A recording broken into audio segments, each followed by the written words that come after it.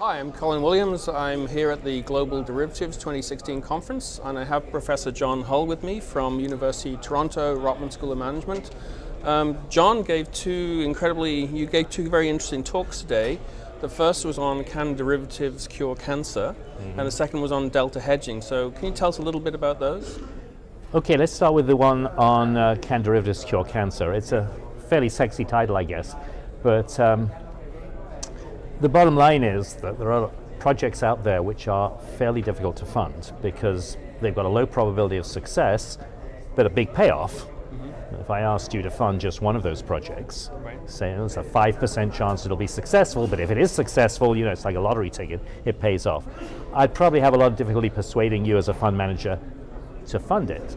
But if we put all a large number of those projects into a portfolio, then we're diversifying the risk, and then we can use some techniques which are well established in derivatives markets known as securitization to provide different types of investors with different risk profiles. So that, it was really taking a technique that's well established in derivatives market securitization and applying it in a new area. And I have to say, it's not, I'm not originating this research. It was actually Andy Lowe at MIT who looked at how cancer research could be funded in this way.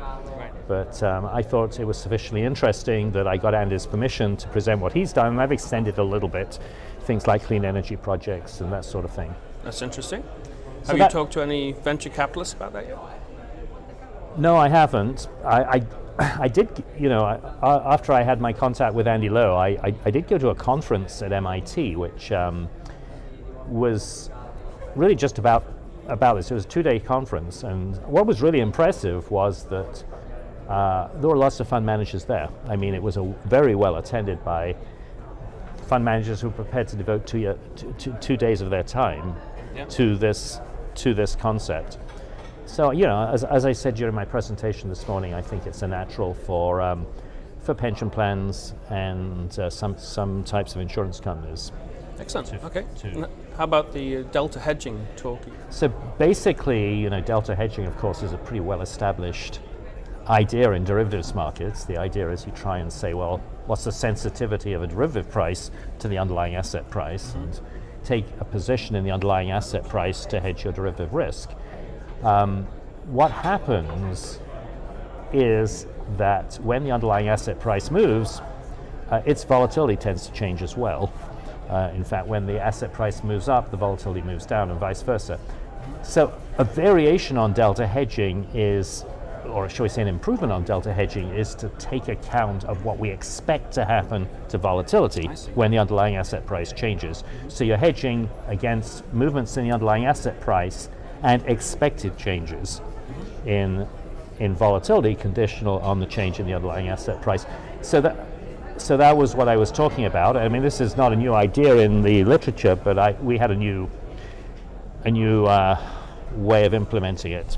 So you're saying that as you walk up the smile curve in price, the whole smile curve goes down? Yeah, I mean, if the smile just remained the same, then when the asset price went up, as you say, you would kind of walk up the smile curve, because the smile curve is measured in terms of the strike price relative to the asset price. So you would walk up this, and actually you'd get the opposite effect. If the smile curve just remained the same, you'd get the opposite effect from the one it's talking about. You'd find that when the asset price went up, the volatility also went up if you were just walking up the curve. But actually what happens is it goes down because the whole curve, as you say, shifts down, yeah. Very interesting. So we've heard rumors at the conference here about some new starts at University of Toronto. Can you tell us anything about those? Yeah, we've got a new program which we're admitting the first students in September. It's the Master of Financial Risk Management program. It's looking very good right now. We have 40 spots on the program for students. Students have to have good quant skills coming into the program, but the program is not just a pure quant program. It's got a blend of traditional quantitative courses, risk management, credit risk, and that sort of thing, and then sort of more general management, operational risk, regulation, other things which students who work in this area need to know. We had 240 applicants who met our minimum admissions criteria, and so we were able to be pretty choosy in terms of who we've admitted. So we're very bullish about the program right now, and we've got a lot of interest on the part of potential employers. That's good. For these students. And I guess one of the things that they might be working on is to understand what's the relationship you think between negative interest rates and derivatives R&D. Well, yeah. Well, we are in Canada. We're not in Europe, so we don't have negative interest rates in Canada yet, or in the US. But yes, we do have negative interest rates in the euro and Swiss franc.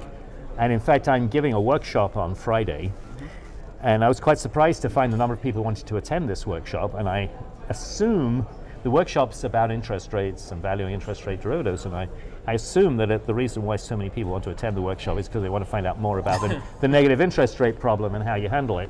And I have, there's lots of different, the problem is that most of the models that we use in derivatives assume that interest rates are going to be positive. Interest rates are basically floored at zero. The classic Black's model and the log normal models, the classic Sabre model, and so on. And we've got to modify those models to allow interest rates to go negative. And then the question is, well, how negative? Could they go down to -1%, -2%, -3%? Alexander Antonov had a paper in Risk Magazine last year, which actually is what's known as a free boundary model, where you don't actually have a lower bound. It just sort of possibility of negative interest rates kind of trails off as you go to lower and lower interest rates. And then there's other people who use models involving the normal distribution. So it's kind of an interesting sort of new problem for us in the derivatives business. It's definitely been a theme at this conference. It has, yeah, and it's certainly one of my big projects this summer is going to be bringing out the 10th edition of my book, Options, Futures and Other Derivatives, and certainly there'll be material on negative interest rates and how you handle it. That was the first book I read on derivatives. Was it? Yeah, well, it's been around for a long time. If you told me which edition you used, then it would I could almost tell you how old you are. It's sort of, you can sort of, but it's done very well, and it's not. Obviously, a lot of things have been changing in derivatives markets recently. The regulatory environment, this whole switch from LIBOR discounting to OIS discounting, negative interest rates, these new models for interest rates that we've been talking about.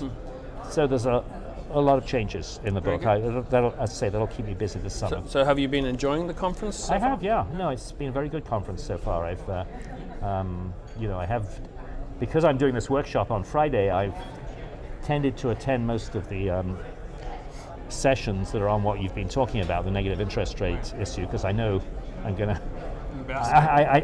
A lot of the people coming to my workshop on Friday are going to have attended those sessions as well, and I want to know what they're talking about. But I'm looking forward to Leif Anderson's session at 5 o'clock this afternoon on FVA, because I know that FVA has been a fairly controversial issue in derivative markets. I've written a lot about it.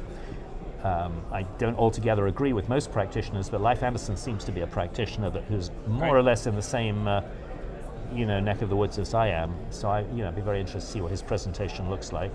So that's one of the ones I'm aiming to go to.